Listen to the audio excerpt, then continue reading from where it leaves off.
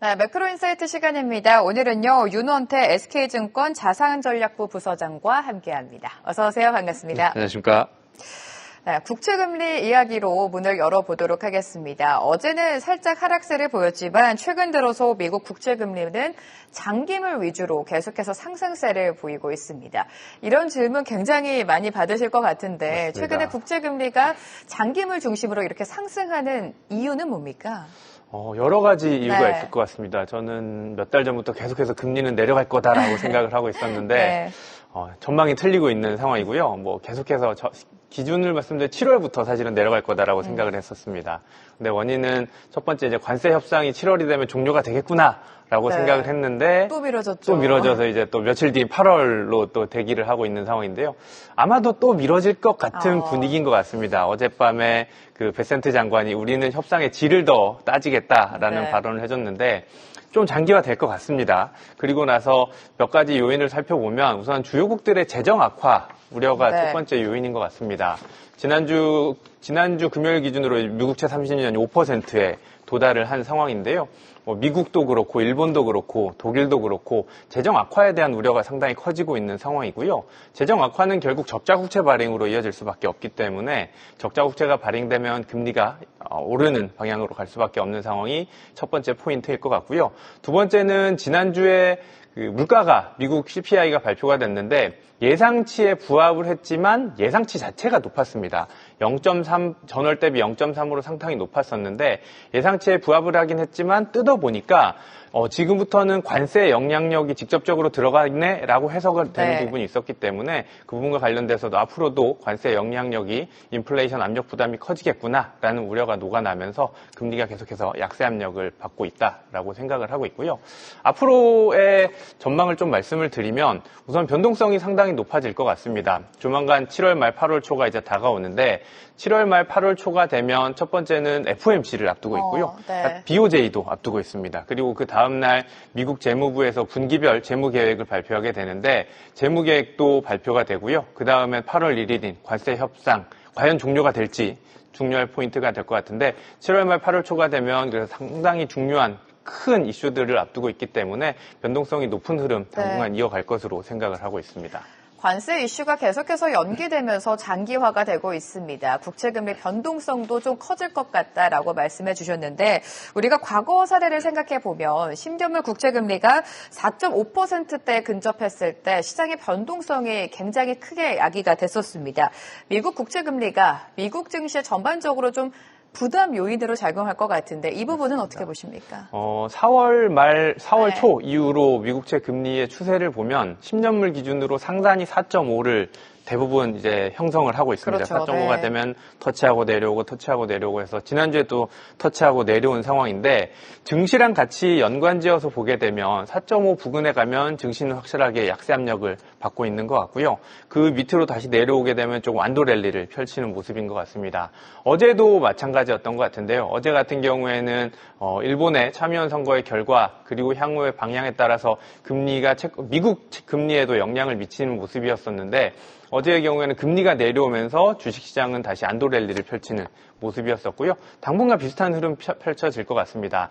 미국채 10년 기준으로 4.5, 30년 기준으로 5%를 상단으로 놓고 그 언저리의 부근이 오게 되면 증시의 경우에는 밸류에이션 약세 압력 부담이 존재할 것으로 생각이 됩니다.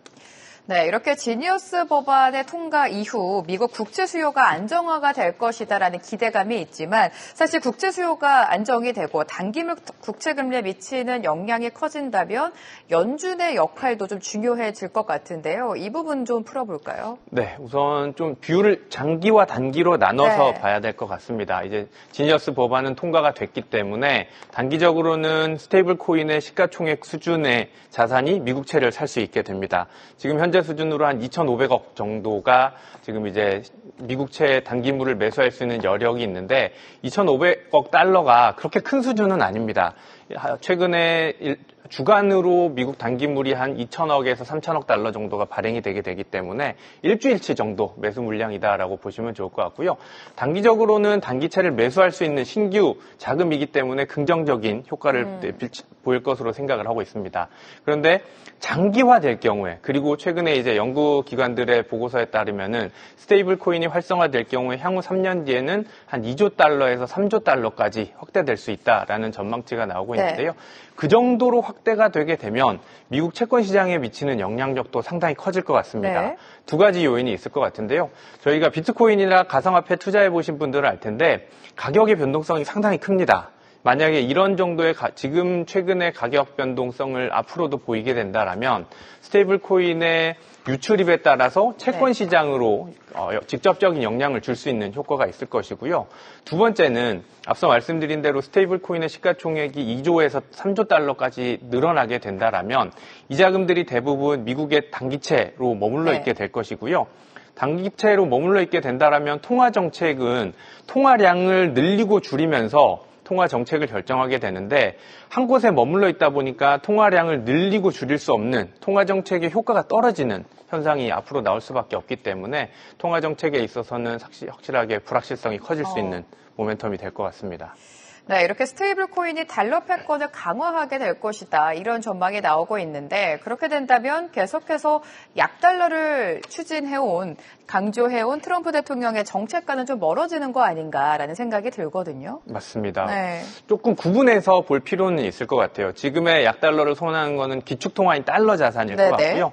스테이블 코인이라고 하는 가상화폐 시장에서는 또 기축통화를 만들려고 하는 게 트럼프의 의도인 것 같습니다. 아무래도 현재에서 아직까지는 달러를 사용하고 유통되는 것은 미국에서 주로 사용이 되는데 이 스테이블 코인이 활성화될 경우에는 국외에서도 상용화가 되고 유통거래가 될 수 있기 때문에 이 부분을 선점하려는 움직임이지 않을까라고 생각을 하고 있고요. 단기적으로는 아직까지 스테이블 코인의 시가총액이 크진 않기 때문에 약달러 또는 강달러에 미치는 영향력이 제한적일 수 있겠지만 향후에 앞서 말씀드린 대로 활성화가 된다라면 약달러 요인보다는 강달러 요인으로 작용할 수 있을 것 같다라고 생각을 하고 있고요. 트럼프 같은 경우에는 아무래도 지금의 이미 달러는 기축통화의 지위를 갖고 있긴 하지만 디지털 자산에서도 기축통화의 그 영향력을 가져가기 위한 전략적 움직임이 아닐까라고 생각이 됩니다. 네, 엔화도 살펴보도록 하겠습니다. 엔화 변동성이 좀 커질 것이다 우려가 있는데요. 우리가 작년을 생각해보면 연준은 계속해서 좀 금리를 인하하는 스탠스를 가져가고 있었는데 BOJ가 금리를 올리면서 엔캐리 트레이드 청산에 대한 우려가 글로벌 증시를 출렁이게 만들었습니다. 이 부분에 대해서 어떻게 전망하시고 엔화 급등 가능성은 어디까지 보십니까? 우선 며칠 전이었죠. 참의원 선거에서 자민당이 참패를 했습니다. 그리고 어제는 또 그 총리가 연임을 하겠다고 발표를 하면서 미국채 시장에서는 또 안도 랠리가 펼쳐졌고요. 당분간 변동성이 상당히 높을 것 같습니다. 그런데 작년 7월 말씀해 주셨었는데 작년 7월의 변동성이 다시 재발할 수 있느냐? 조만간 지금 7월 말 BOJ를 앞두고 있는데요. 가능성은 우선 낮을 것 같습니다. 작년만큼은 아니다. 맞습니다. 작년에 BOJ도 아마 깜짝 놀랐을 겁니다. 그렇게 깜짝 인상을 하면서 글로벌에 충격을 주는 그 규모를 본인들도 이제 알고 있기 때문에 그런 극단적인 선택은 하지 않을 것이다라고 생각을 하고 있고요. 7월 BOJ에서는 아마도 동결로 결정하지 않을까라고 생각이 되는데 문제는 이번 참의원 선거의 결과를 보면 여소야대가 더 심해진 거잖아요. 그렇기 때문에 정책적 불확실성이라든가 아니면 정치적 불확실성이 앞으로 계속해서 야기될 가능성이 있고 그 부분이 통화 정책에도 영향을 미칠 수 있기 때문에 변동성은 상당히 높아질 것이다라고 생각이 되고요.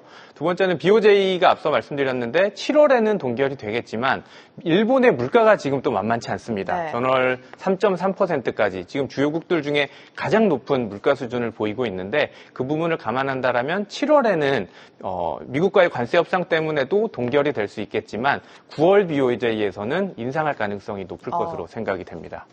네, 7월 BOJ에는 동결이 나오지 않을까. 인상이 되더라도 9월 BOJ에서 인상이 될 것이다. 그리고 작년과 같은 엔캐리 충격은 있지 않을 것이다 라고 예상을 하고 계신 것 같습니다. 미국의 실물 지표를 보도록 하겠습니다. 소매 판매도 그렇고요. 지금 소비자 심리지수도 호재를 보이면서 트럼프발 관세 타격을 상대적으로 덜 받고 있는 상황인 것 같습니다. 앞으로의 지표들이 좀 중요할 텐데 현 시점에서 미국 경기는 어떤 상황이라고 판단하십니까? 4월, 5월, 6월의 색깔이 확실히 다른 것 같아요. 네. 4월, 5월 매크로 지표들을 보면 관세를 부과하기 전에 대한 투자 심리가 악화가 됐었고 소비 심리도 악화가 되다 보니까 그리고 또 4월 전까지 관세를 부과하게 되면은 가격이 올라가다 보니까 재고를 엄청 쌓았습니다. 3월까지 재고량이 엄청 늘어났었는데 4월, 5월 관세가 뒤로 유예가 되다 보니까 쌓아놓은 재고를 계속해서 소비를 했고요. 네. 소비 심리는 4월, 5월까지는 위축이 됐다가 별거 아니네라고 생각을 하면서 6월 달에는 다시 소비가 시작되는 5월 소비다 보니까 4월, 5월의 경우에는 매크로 지표들이 둔화되는 흐름이었었는데 6월 달에는 다시 반등하는 그런 흐름들이 지금 나타나고 있고요. 물가도 마찬가지입니다. 물가 같은 경우에도 소비 심리가 살아나다 보니까 물가도 같이 상승하는 모습을 보이고 있는데 당분간 물가는 계속해서 상승 흐름을 보일 것 같습니다. 네. 연준 입장에서 상당히 악재로 작용할 수 있을 것 같은데 인플레이션에 대한 압력 부담은 지난 6월 FOMC에서 파월이 여름 물가는 오를 것이다 라는 전망을 내비쳤었는데 일시적으로 여름 물가 또는 관세에 대한 영향력은 그 다음부터 발휘가 될 것이기 때문에 물가에 대한 인플레이션 압력 부담은 높을 것 같은데요. 반대로 경기 지표는 악화될 것 같습니다. 최근에 나타나는 선행 지표라던가 아니면 심리 지표들이 악화되는 모습이 나타나고 있고요. 지난번 고용 지표가 생각보다 좋게 나왔는데 고용 지표를 뜯어보게 되면 앞으로 고용의 질은 악화될 가능성이 있다라는 걸 내비쳤기 때문에 전반적으로 스태그플레이션의 국면으로 진입하지 않을까라고 생각을 하고 있고요.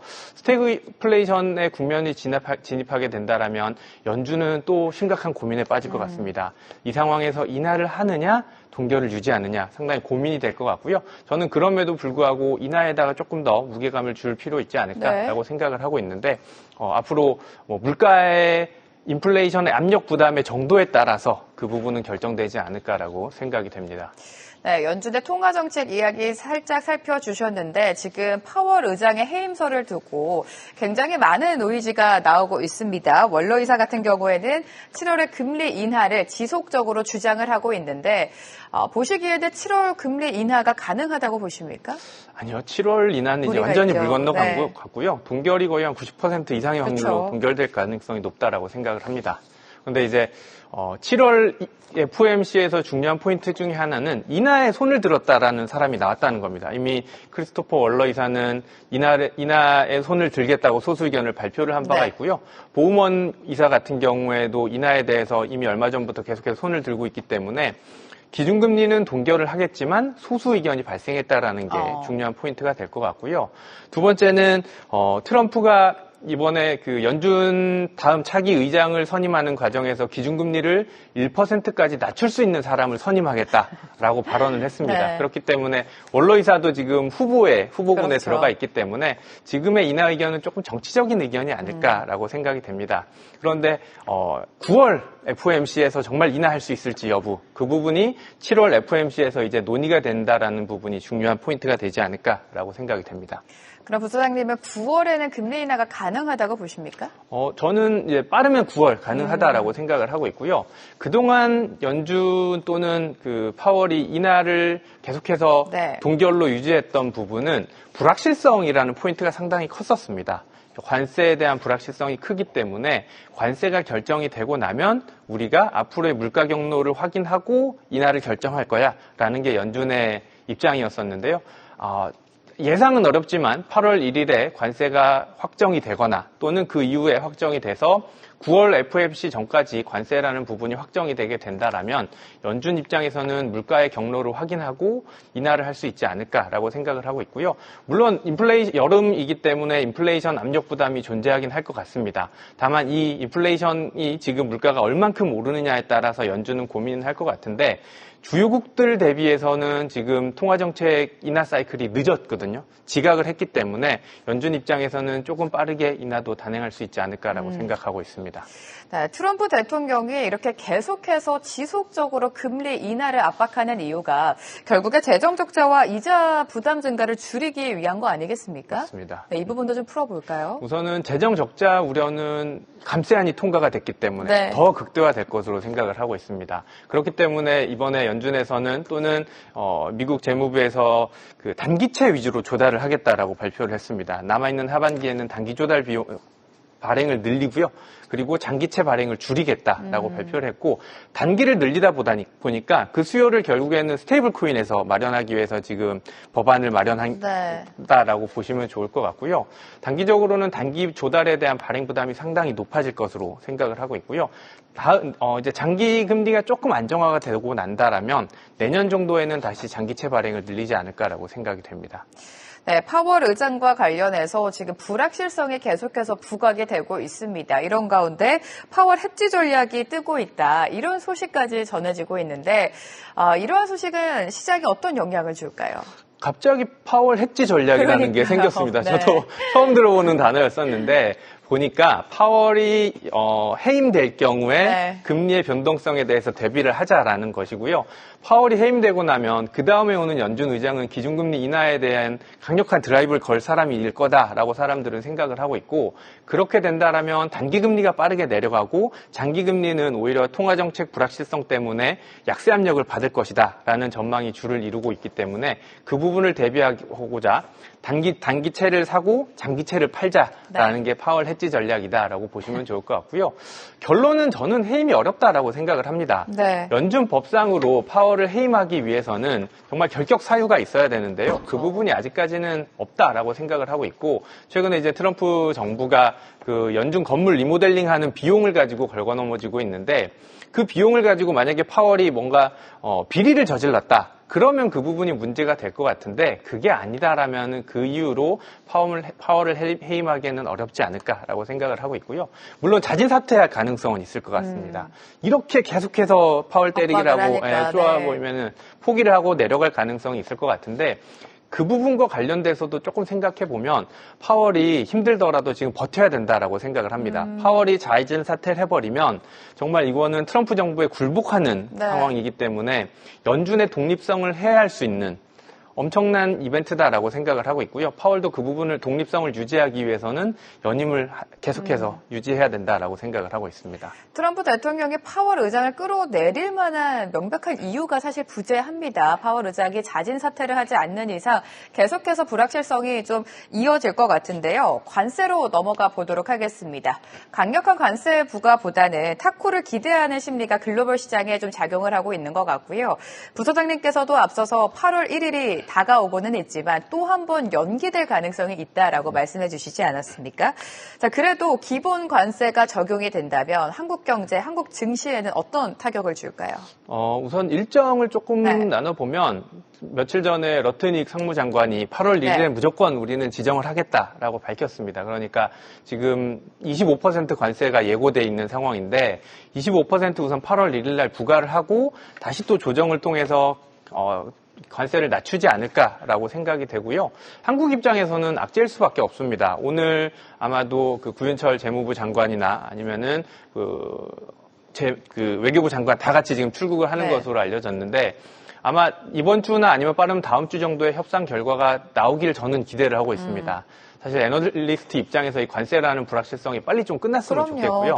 끝나고 나서 다음을 또 그냥 도모하는 게 좋을 것 같다라는 생각인데 만약에 지금 계획대로 25%의 관세를 맞아버리면 한국 입장에서는 수출이 GDP의 거의 40%를 차지하게 되는데 그 부분의 충격이 상당히 클 수밖에 없고요. 한미 간의 관세뿐만 아니라 한국은 지금 멕시코나 중국을 통해서 우회 수출을 하고 있는 상황이기 때문에 멕시코나 중국과의 관세, 미국과 멕시코, 중국과의 관세의 결과에 따라서 한국도 또 간접적인 영향을 받을 수밖에 없기 때문에 상당히 중요한 지금 모멘텀이다라고 생각을 하고 있고요. 관세가 높아질수록 한국 입장에서는 악재로 작용할 수밖에 없겠다라고 생각이 됩니다. 자, 관세라는 변수 속에서 정부는 재정을 통한 경기 부양에 좀 적극적으로 나서고 있습니다. 올해에 이어서 내년에도 확장 재정을 이어갈지가 궁금하고요. 그와 관련해서 내년도 어느 정도 국채 발행을 예상하고 계십니까? 지금 채권 시장에서 남아있는 가장 마지막 걱정이 26년도 예산안입니다. 이제 2차 추경도 대부분 결론이 났고 적자 추경도 발표가 됐기 때문에 국내 채권 시장만 보면 수급 우려가 가장 큰 게 26년도 예산안이 9월 초에 발표가 될 것으로 생각이 되는데요. 25년 예산안보다 증액을 해서 엄청나게 증액을 해서 발표가 될 경우에는 결국엔 또 적자 국채를 통해서 조달을 할 것이기 때문에 그 부분이 가장 채권 시장에 남아있는 우려다라고 생각이 되는데요. 저는 개인적으로 26년도 예산안이 많이 늘 것 같지는 않습니다. 물론 25년보다는 증가할 거는 분명한데 그 증가폭이 크진 않을 수 있다라고 생각이 되는 게 우선은 1차 추경과 2차 추경을 집행을 했기 때문에 정부에 돈이 없다라는 부분은 이재명 정부도 인식을 하고 있습니다. 재정 건전화에 대한 필요성을 충분히 인식하고 있는 것으로 판단이 되고 있고요. 26년도는 아마도 소폭의 증액 그리고 예산 편성을 조정하면서 어떻게 보면은 필요한 예산을 끌어쓰지 않을까라고 생각을 하고 있고요. 26년이 아닌 27년 예산을 조금 증액을 많이 할 것으로 생각이 되는 게 과거 진보 정권이었던 노무현 정권이나 아니면 문재인 정권 시절도 보니까 취임 첫 회차보다는 2년 차에 오히려 증액 효과가 더 크게 나타나는 모습들이 있었는데 그 부분을 감안한다라면 저는 내년 예산보다는 오히려 내후년 예산이 좀 증액폭이 크지 않을까라고 생각을 하고 있고요. 결론은 예산 증액이 생각보다 크지 않을 경우에는 채권 시장에서는 우려가 오히려 호재로 작용할 가능성도 있겠다라고 생각이 됩니다. 네, 2026년도 내년도 예산안에 집중을 하고 계신데 아무래도 재정 적자에 대한 우려가 있기 때문에 내년보다는 2027년이 더욱더 증액될 수 있을 것이다. 이렇게 예상하고 계신 것 같습니다. 자, 한국은행의 고민도 깊어지겠죠. 8월에 한국은행 금통위 결정 어떻게 흘러갈지 궁금하고요. 지금 살짝 잡혔다고는 하지만 부동산 시장이 여전히 부담 요인으로 작용하고 있기 때문에 한국은행도 어떤 결정을 내릴지 고민이 깊을 것 같습니다. 우선은 8월 금통위 저희는 인하 전망하고 있습니다. 특히 627 가계대출 규제가 나오고 나서는 인하의 명분이 더 명확해졌다라고 생각을 하고 있고요. 627 가계대출 규제 이후로 부동산 수도권의 거래량이 한 80% 가까이 줄어들었다고 합니다.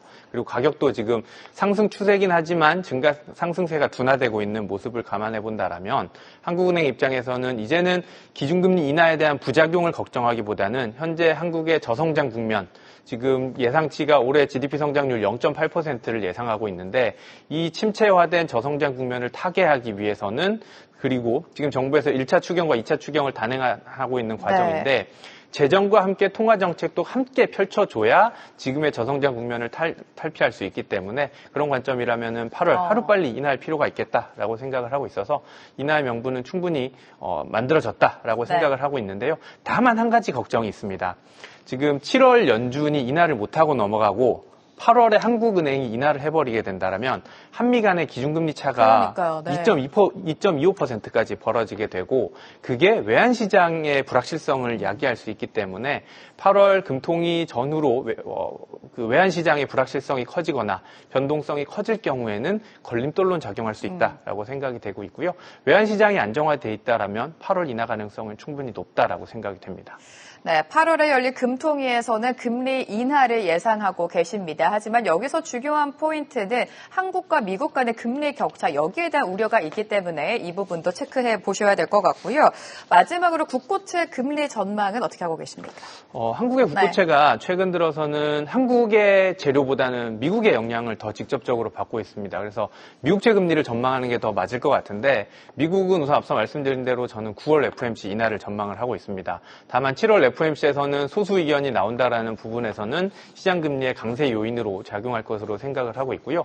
모두가 불확실성으로 챙기고 있는 8월 관세, 그러니까 8월 전후로 좀 나뉠 것 같은데 8월 이후에는 대부분의 불확실성이 해소가 되고 나면 시장 금리는 이제부터는 경기에 대한 펀더멘털로 관점을 바꿀 것이다라고 생각을 하고 있고요. 시장 금리는 8월 이후로는 불확실성이 해소가 되고 나서 하락세를 펼치지 않을까라고 생각을 하고 있고요. 한국 금리도 마찬가지로 지금 이제 상당히 미국채 금리의 약세 영향을 받으면서 높아져 있는 상황인데요. 그 다음 8월 이후로는 불확실성이 해소가 되고 나면서 금리는 하락세를 보일 것으로 생각을 하고 있습니다. 네, 오늘 금리와 환율까지 전반적인 시장 상황 짚어봤습니다. 윤원태 SK증권 자산전략부 부서장과 오늘 함께했습니다. 고맙습니다. 네, 감사합니다. 계속해서 다양한 경제 이슈를 알고 싶다면 구독과 좋아요, 알림 설정 부탁드립니다.